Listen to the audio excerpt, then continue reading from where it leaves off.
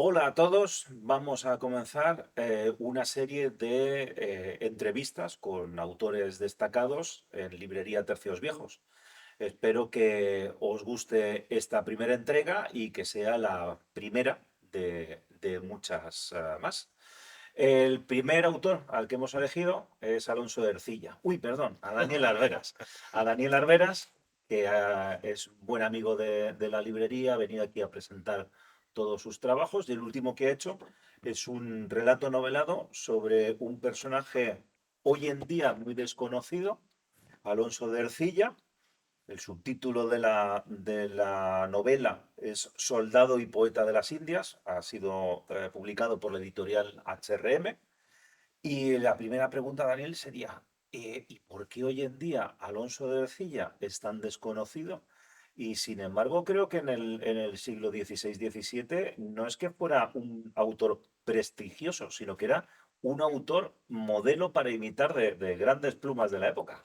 Pues efectivamente, Rafa, gracias por invitarme a esta charla. Y efectivamente, Alonso de Ercilla es un personaje hoy del que casi nadie se acuerda, pese a que en su tiempo fue uno de los grandes. O sea, fue uno de los grandes y además eh, prácticamente un bestseller, ¿no? O sea, en vida de la Araucana, su poema épico que le hizo célebre, se publicaron más de 15 ediciones.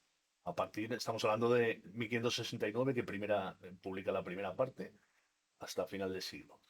Eh, Estamos en reinado de Felipe II. Felipe II, totalmente. Además, Ercilla es que se vinculó desde la juventud con el príncipe Felipe entonces y posteriormente con Felipe II. Pues si te parece, Daniel, comenzamos justamente con la andadura de este joven Alonso de Ercilla, donde creo que es presentado a Felipe II y entra a su servicio y tiene una juventud, pero vamos, muy, muy, muy destacada.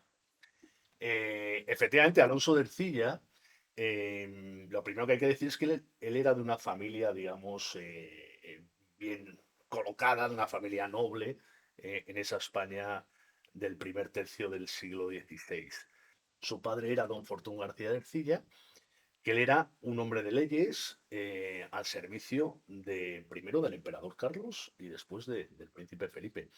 Lo que pasa es que él fallece cuando Orcilla tiene un año de edad y es su madre, doña Leonor de Zúñiga, la que tiene que hacerse cargo de una numerosa prole, porque eran 6 hermanos.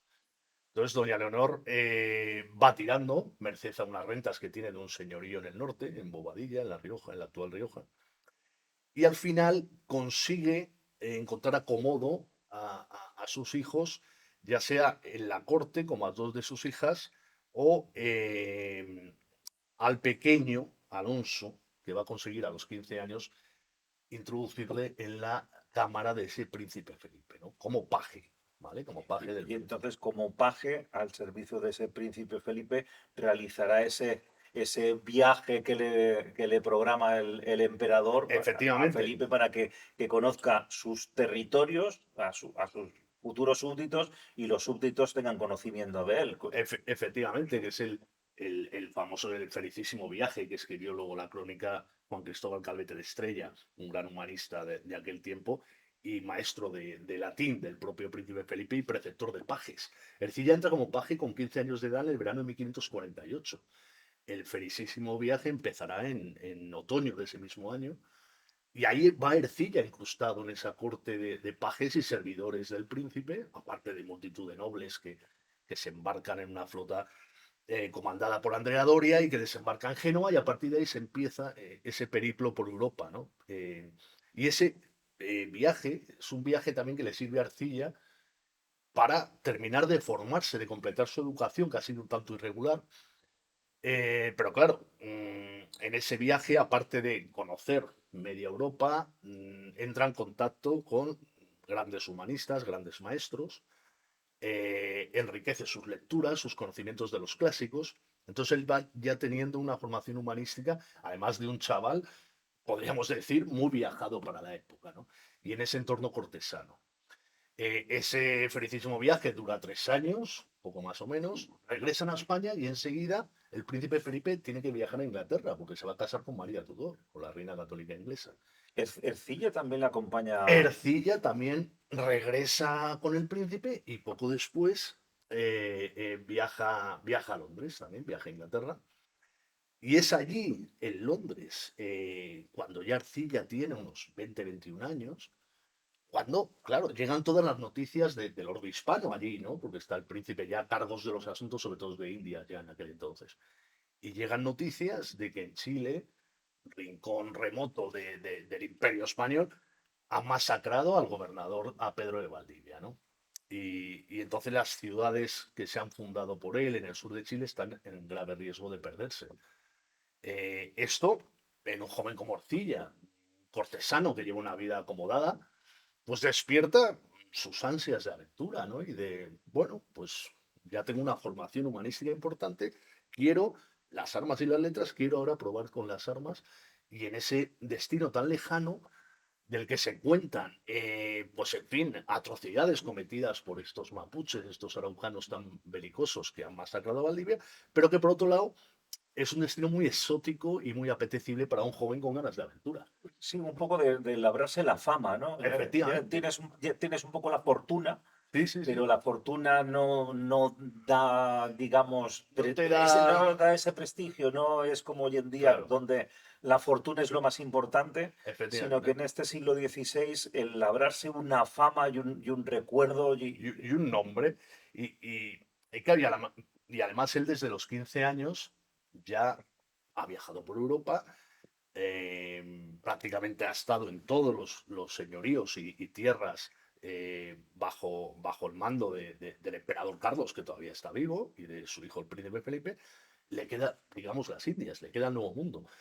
Dice, y él encuentra en ese momento tan crítico que ocurre en Chile con la muerte de Valdivia, una oportunidad para pedir permiso al príncipe Felipe y embarcarse como uno más en esa gran flota que se forma para llevar al nuevo virrey del Perú, don Andrés Hurtado de Mendoza, y al nuevo gobernador de Chile que va a sustituir a Valdivia. En fin, Ercilla también en este sentido rompe un poco el estereotipo, digamos, siempre malévolo o negro legendario sí, del español que estaba muerto de hambre aquí en Castilla, el analfabeto analfabeto que como aquí no profundo. tiene. Claro, analfabeto profundo que dice, no, en las Indias hay tierras, hay indias desnudas y hay mucho oro. Y entonces vamos todos a rapiñar. Ercilla no necesitaba eso, ¿no? En absoluto lo necesitaba. Pero siente esa llamada de la aventura y de servir a su príncipe con las armas en esta ocasión. Y ahí se embarca.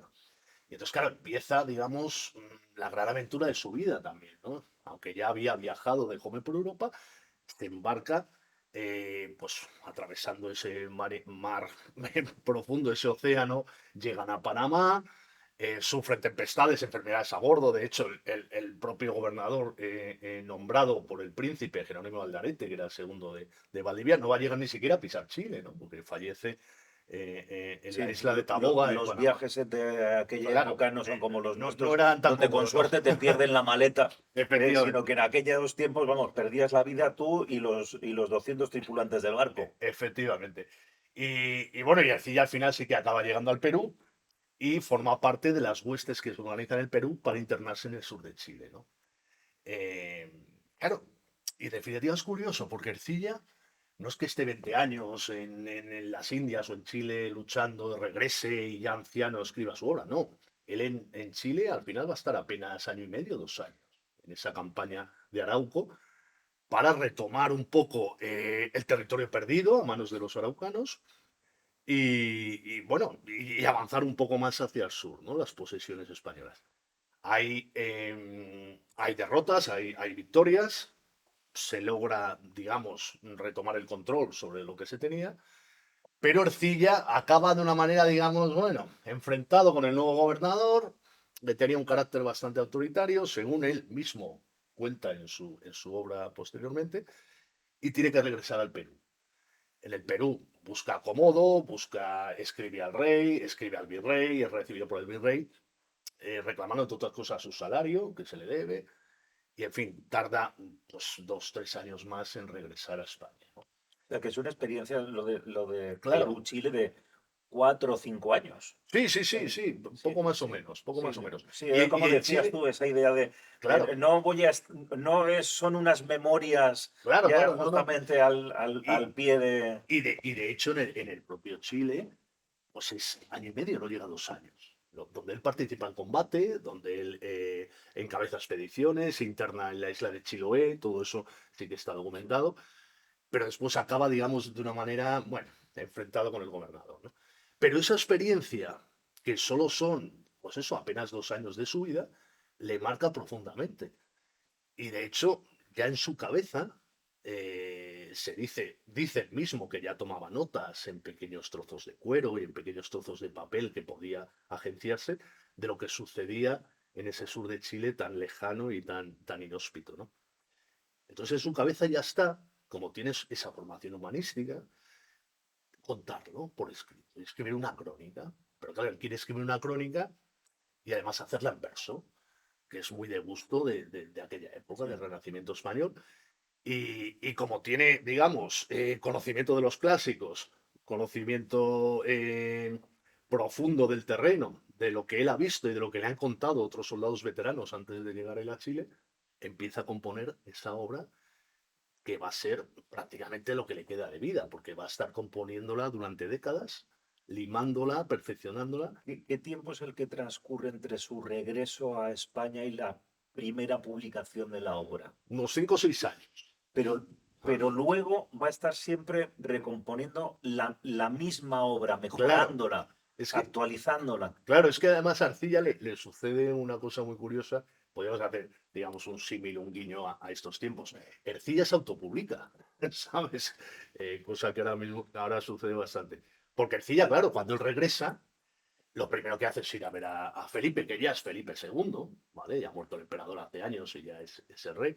Felipe II, bien, le promete ayuda en pagarle los salarios, pero de momento Ercilla no tiene mayor ocupación, ¿no? Ni una gran hacienda.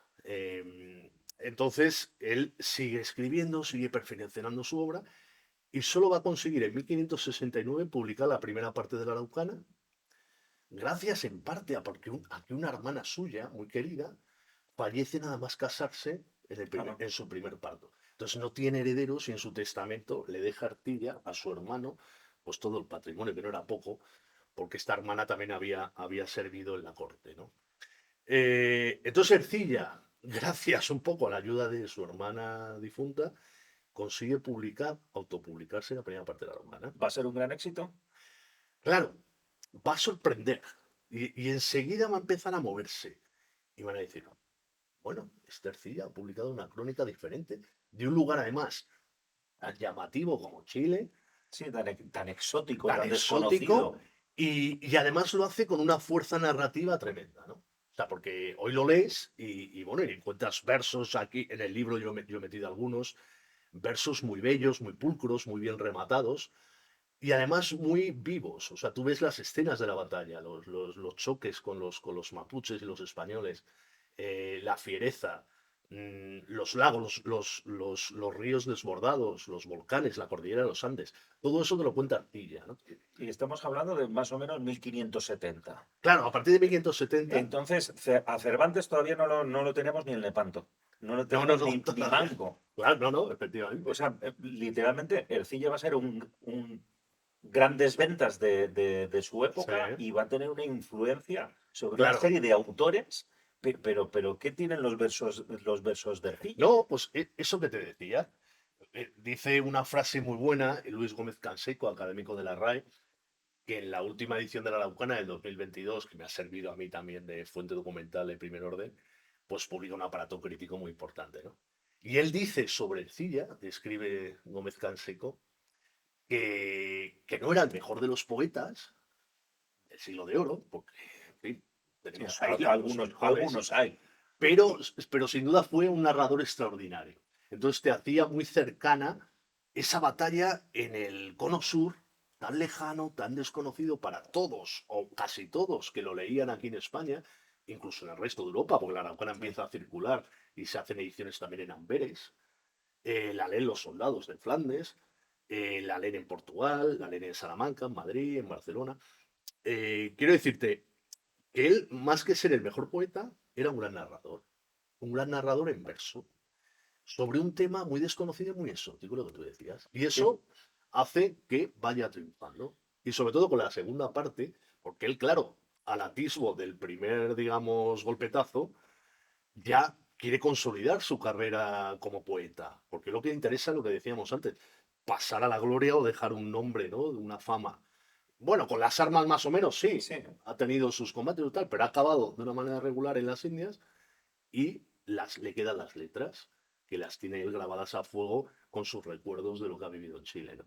Y entonces en 1578, fíjate, casi 10 años Sí. después de la primera parte, él continúa escribiendo una segunda parte de la Araucana. Que ese va a ser ya, digamos, casi el pelotazo definitivo, ¿sabes? Pues se publica en 1578 y a partir de 1579-1580 empieza a circular de una manera no masiva, pero sí muy importante. Sí, vamos, Lope de Vega, corrígeme si me ¿Eh? equivoco, la Dragontea, que Sí, viene a ser la contraarmada inglesa, totalmente. narra ese desastre de Drake, primero en La Coruña, luego en Lisboa, ¿Eh? imitando justamente Imitando el estilo de la Araucana, efectivamente. Y fíjate, también Juan de Castellanos, en sus elegías de varones ilustres de Indias, que él hace como una crónica en verso monumental de la zona del Caribe, la costa de Colombia, Venezuela. Él mismo lo escribe en su libro, que ha querido imitar a don Alonso de Ercilla. Porque claro, la obra de Castellano de 1589. Entonces ahí Ercilla todavía está vivo y es la figura más grande, ¿no? En Cervantes estos. también le tendrá como Y referente. Cervantes también, incluso a Cervantes le conoce en vida, eso sí que está Se conocen demostrado, en vida los dos. seguramente en Lisboa, ¿vale? Pero, Luego de pero, Lepante, luego de Argel, luego de. pero luego sería el Ercilla famoso con el Cervantes que todavía No, no, ahí, está. ahí Cervantes nada. Ahí Cervantes era ya Manco de Lepanto, era espía en Argel, ¿vale? Después de Y su era cautiverio. funcionario de bastimentos de... Eso vendrá después. Ahí de momento estaba Todavía buscando, estaba buscando su fortuna en claro, España. buscando, haciendo algunas misiones, digamos, secretas en el norte de África y reclamando a la corte pues, que le dieran algún oficio o alguna ocupación. Y ahí conocí a Ercilla y Valer la Araucana.